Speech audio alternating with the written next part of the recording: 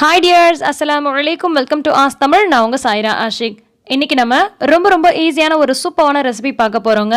இந்த ரெசிபி நம்ம வீட்ல டிஃபன் இல்லாத நேரங்கள்ல இட்லி தோசை மாவு இல்லாதப்ப அல்லது டிஃபன் செய்யறதுக்கு டைம் இல்லாதப்ப இந்த மாதிரி செஞ்சு சாப்பிட்டீங்கன்னா ரொம்ப ஃபில்லிங்கா இருக்கும். ரொம்பவே ஈஸியா வேலை முடிஞ்சிரும்.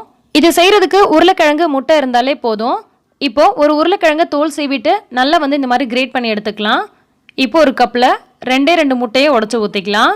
கூடவே நம்ம துருவி வச்சிருக்க இந்த உருளைக்கிழங்கு இருக்கு இல்லையா, அதை சேர்த்துக்கலாம். ரொம்ப சிம்பிளாக செஞ்சிடலாம். சாப்பிட்றதுக்கு ரொம்ப சூப்பராக இருக்கும். சுத்தமாக பசியே எடுக்காது. இது கூடவே அரை வெங்காயம் பொடியாக கட் பண்ணி வச்சுருக்கேன், அதையும் சேர்த்துக்கலாம். வெங்காயம் சேர்க்காம கூட செய்யலாம். நான் ஒரு அரை வெங்காயம் மட்டும் நல்லா பொடியாக கட் பண்ணி சேர்த்துருக்கேன். கூடவே தேவையான அளவுக்கு உப்பு, கூடவே அரை டீஸ்பூன் அளவுக்கு மிளகு பொடி, கூடவே மஞ்சள் தூள் கொஞ்சமாக சேர்த்துக்கிறேன். அரை டீஸ்பூன் அளவுக்கு அல்லது 1/4 டீஸ்பூன் அளவுக்கு மிளகாய் பொடி சேர்த்துக்கலாம். கூடவே கொஞ்சம் போல் கரம் மசாலா சேர்த்துக்கோங்க. கரம் மசாலா சேர்க்காம கூட செய்யலாம். சேர்த்தோம்னா ரொம்ப சூப்பராக இருக்கும் சாப்பிட்றதுக்கு. கொஞ்சம் போல் கொத்தமல்லி தழை சேர்த்துட்டு இது எல்லாத்தையும் நல்லா மிக்ஸ் பண்ணி விட்டு எடுக்க போகிறோம்.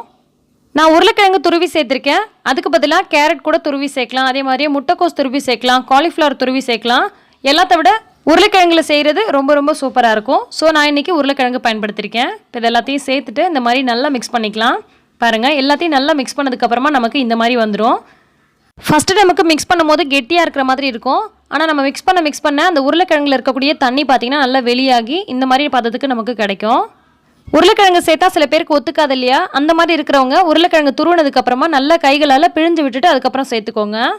இப்போ ஒரு பேனை ஹீட் பண்ணிவிட்டு இதில் 1 டீஸ்பூன் அளவுக்கு அல்லது 2 டீஸ்பூன் அளவுக்கு எண்ணெய் விட்டுக்கலாம்.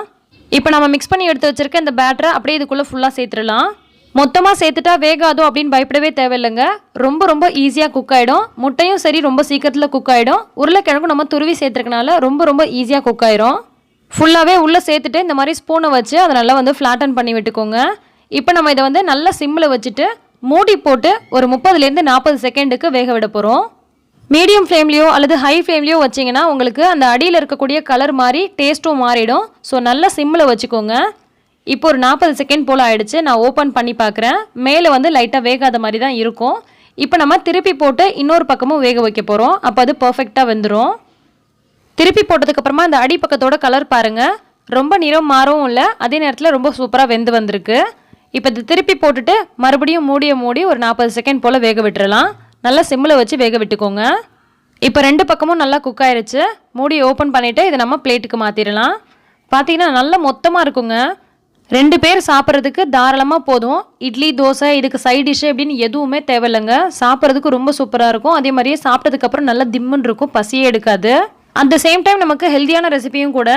முட்டை மற்றும் உருளைக்கிழங்கு தான் நம்ம இதில் பயன்படுத்திருக்கோம். ஸோ இது ரொம்பவே ஹெல்த்தியான ரெசிபியும் கூட.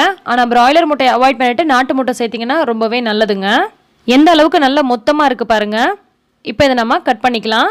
இந்த மாதிரி ஒரு 2 பாதியாக கட் பண்ணோன்னா நல்லா சாப்பிடக்கூடியவங்க இது ஒரு ஹாஃப் சாப்பிட்டாலே போதும். காலையில் டிஃபன் செய்கிறதுக்கு டைம் இல்லாதப்ப நான் இந்த மாதிரி தான் செய்வேன். ரொம்ப குயிக்காக வேலை முடிஞ்சிடும். ஸோ கண்டிப்பாக இந்த ரெசிபி உங்களுக்கு யூஸ்ஃபுல்லாக இருக்கும்னு நினைக்கிறேன்.